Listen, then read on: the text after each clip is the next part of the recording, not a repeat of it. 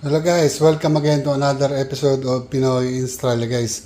So ngayon guys, meron tayong 1, 2, 3, 4, and 5 guys na parcel na bubuksan ngayon guys. So halos lahat po ng package na dumating ngayon guys.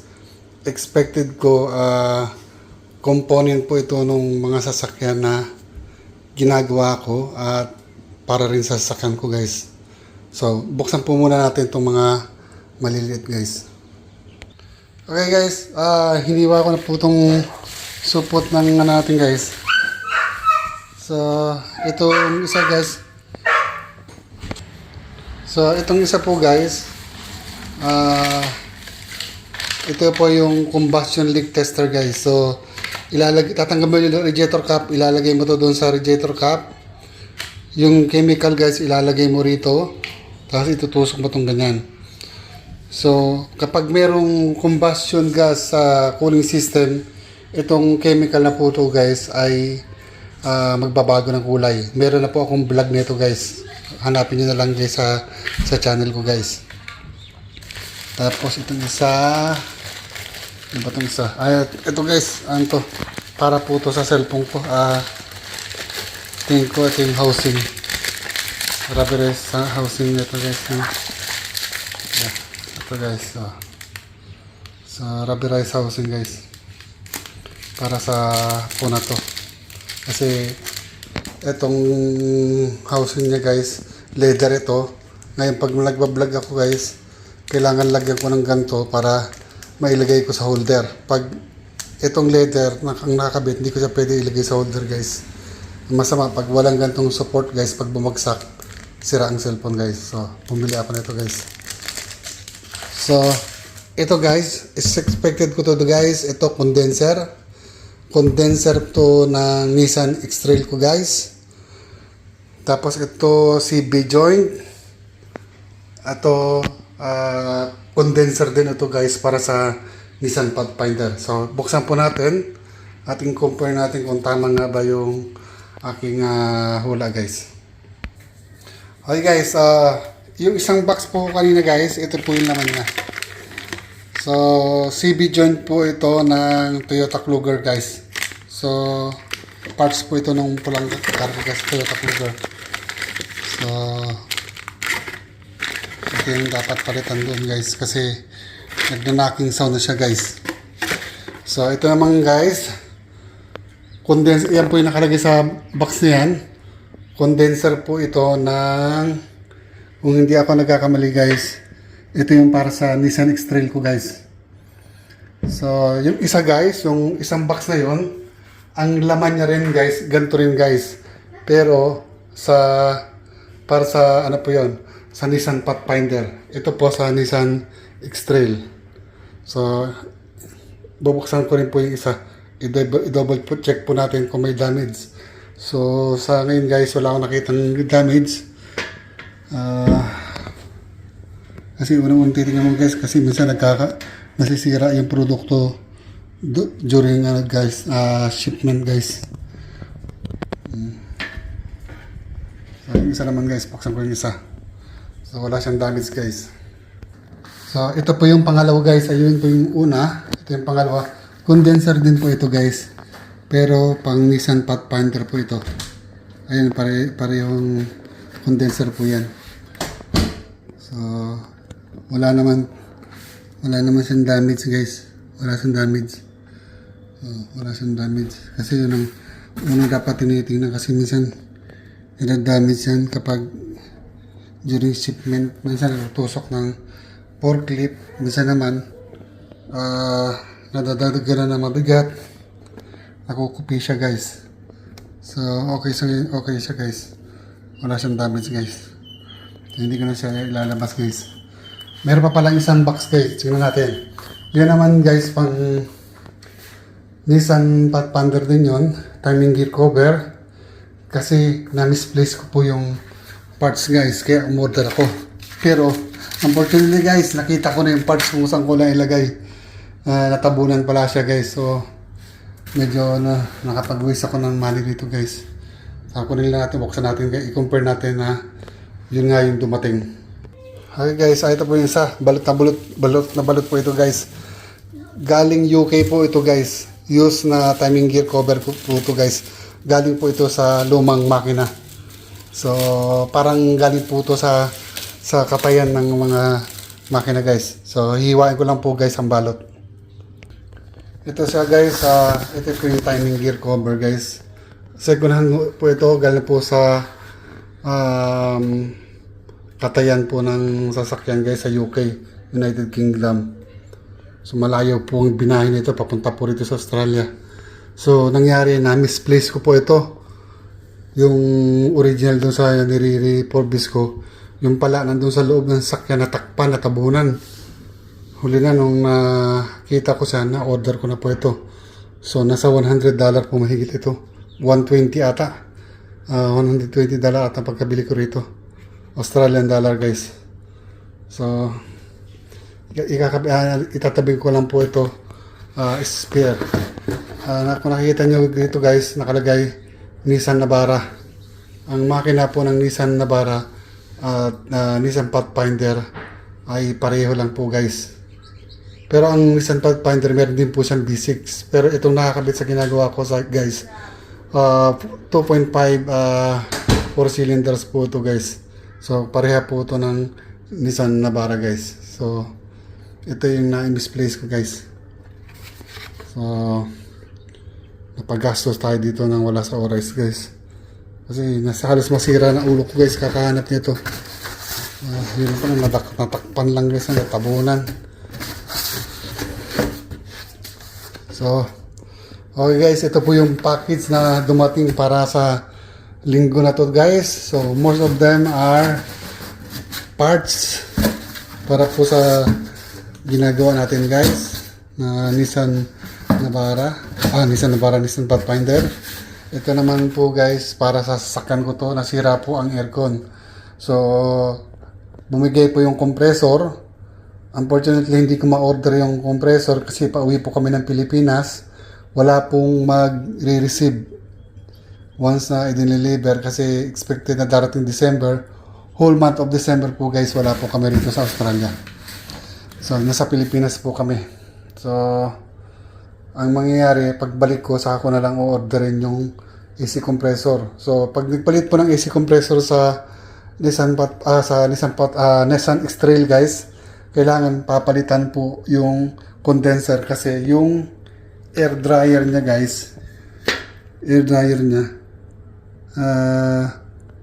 part po siya ng condenser guys. Ayan po guys, oh. Ayan. Kasi naganap po ako online guys kung may mabibiling air dryer guys. Wala akong mahanap na air dryer guys. Kung mabibili siyang separate. So nakikita ko sa online guys, itong condenser at saka yung air dryer magkasama po siya guys. So trinay ko na makatipid na bibilhin lang yung air dryer. Wala po ako makita guys. Kaya ang binili ko, magkasama na itong air dryer at saka condenser guys. So pag ginawa po natin yan guys, gagawa po tayo ng vlog. So marami-rami po tayong ikakabit na pyesa. CB joint para sa Toyota Kluger. AC condenser para sa Nissan Pathfinder. AC condenser para sa ano po guys, Nissan X-Trail ko guys. So after mabuo po natin yung makina guys ng Nissan Pathfinder guys, partially buo na po siya. Once na umandar po yung gas guys, i-test po na yun natin siya ng leak, exhaust gas combustion leak testing sa cooling system guys. Titingnan natin kung maganda yung pagkakabuo natin ng engine guys. Kasi ang problema nga nung makina yun guys, nag-warp guys kasi dahil nag-overheat. So na-damage po pati yung liner.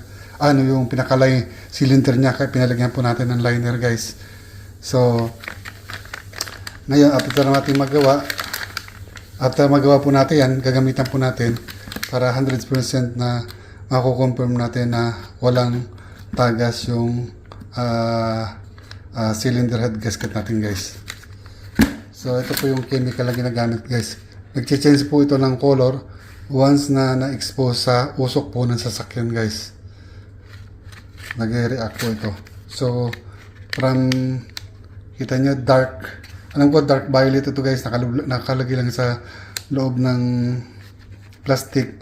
Alam ko magiging parang ano to, para magiging kulay blue. So, malalaman na lang po natin once na ginawa ko yung video, guys. Pero hindi ito magbabago ng kulay pag walang tagas yung makina natin, guys, yung cylinder head gasket po natin. So, 100% po ako na walang tagas yun dahil brand new po yung cylinder head gasket natin. Brand new din po yung cylinder head natin, guys. Okay, guys, inilabas ko rin po yung condenser ng Nissan Pathfinder, guys. So, medyo meron sa mga baluktot na pins. Pero, okay lang yan, guys, na ano naman yan, na itutuwid ng screwdriver. Siguro, sa factory ito. Nung pagdampot, siguro may binanggaan. So, hindi mga ganun ka-sensitive yan, guys. Konting sikat-sikat lang yan ng screwdrivers para pumantay yung pinakadaanan ng hangin, guys. So, ayan po ang itsura. Ito po yung pang Nissan Pathfinder, guys. Mas malaki ang ano nito. Mataba ang air dryer, guys. So, kaya mukhang nagkamali ata ako, guys. Mukhang ito ata yung tama, ito yung pang Nissan. Ito ang pang Nissan X-Trail. Yung isa, yung unang binuksan natin, yun ang pang Nissan Pathfinder. Kasi naalala ko mataba yun eh. Mataba ang air dryer yun, guys. At saka part talaga siya ng ang air dryer, part talaga siya ng condenser. So, kung titignan natin siya. Ayun siya, guys. So, hindi mo rin to mabibili ng separate, guys. Mas maganda palitan na ng pag ganitong naka-intaka, kaya palitan nyo na ng buo. Kasi lalo na pag may edad na yung sasakyan, kasi nagkakaroon na rin po ng bara-bara yan.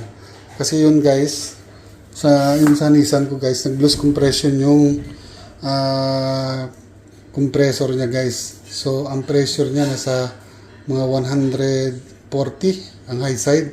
Tapos, ang low side niya nasa mga ano lang siya, mga 50, 40 to 50 naglalaro po sa 40-50. Masyado pong mataas yung, guys. So, nangyayari doon, guys, is ang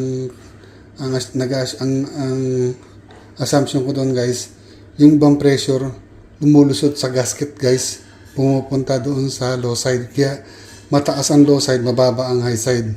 Dapat ang high side niya mga nasa 200. Ito ang low side nito nasa ano lang, mga 140, 150, guys, ang high side, guys. Ang low side nasa 50. Masyadong mataas yun, guys, 40 to 50. Dapat ang single evaporator mga nasa 30 pababa lang yan, guys. Pag nasa 40 pataas, guys, ano na yan, guys, may problema na yung compressor nun. Ano siya, yung i-skip yung high pressure refrigerant papunta dun sa low side, guys. Maaring gasket po ang problema. Ang gasket ng compressor, guys. Tsaka yung oil niya, guys, medyo gray na, guys. So there is a worn out part sa loob ng compressor, kaya advisable na palitan na talaga itong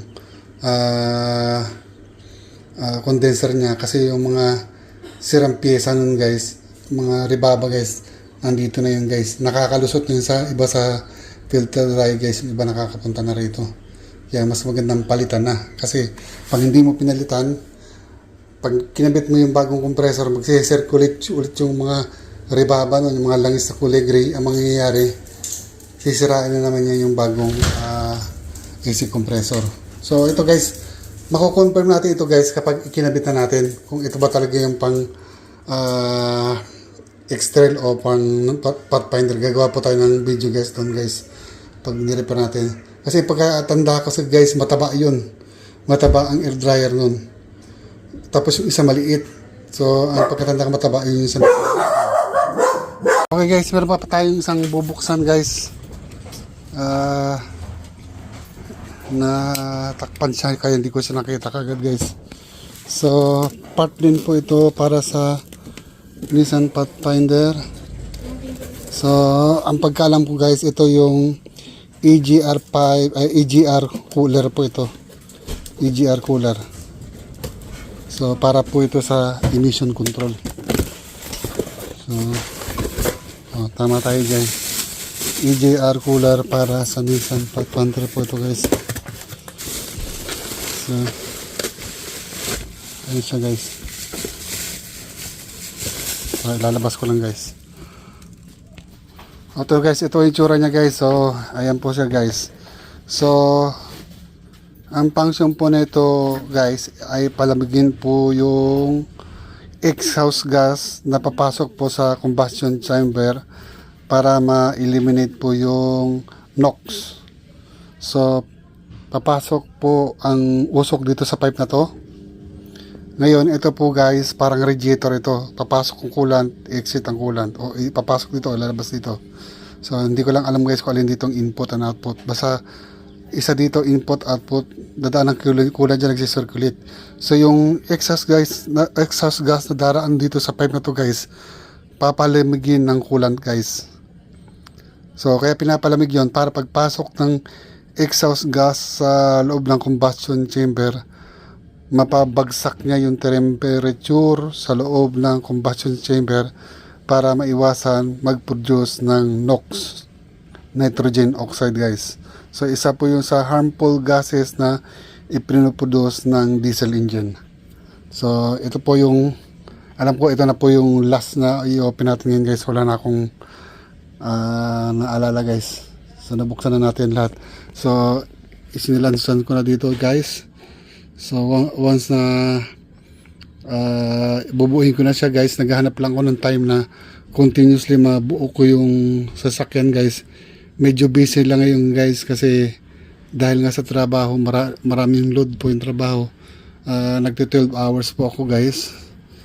12 hours, not 12 guys, 10 hours po guys ako ngayon pag pumapasok guys. So, pagdating na dito guys, medyo pagod na. Hindi na ako makagawa guys. Kasi mabigat po yung mga ginagawa kong mga trabaho sa job ko guys. Heavy repair po yung mga ginagawa ko. Kaya medyo masakit ng katawan. Pagdating sa bahay, hindi ko na po ito maisakaso guys. So, hanapan po rin natin ng time yan. Kasi ngayon busy po rin kami nagpe-prepare para umuwi po ng Pilipinas guys.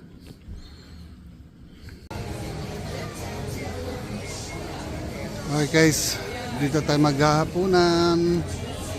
Dito pinili ng mga bata. Ayaw na ng Filipino food. Italian daw.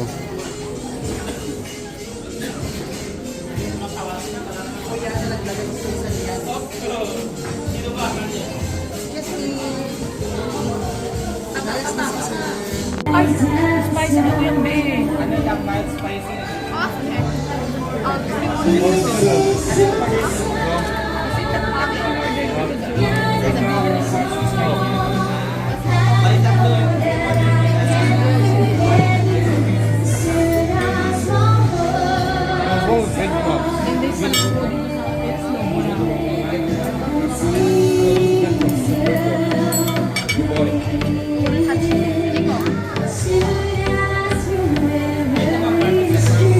Bebe, do you want that one, be? Thank you.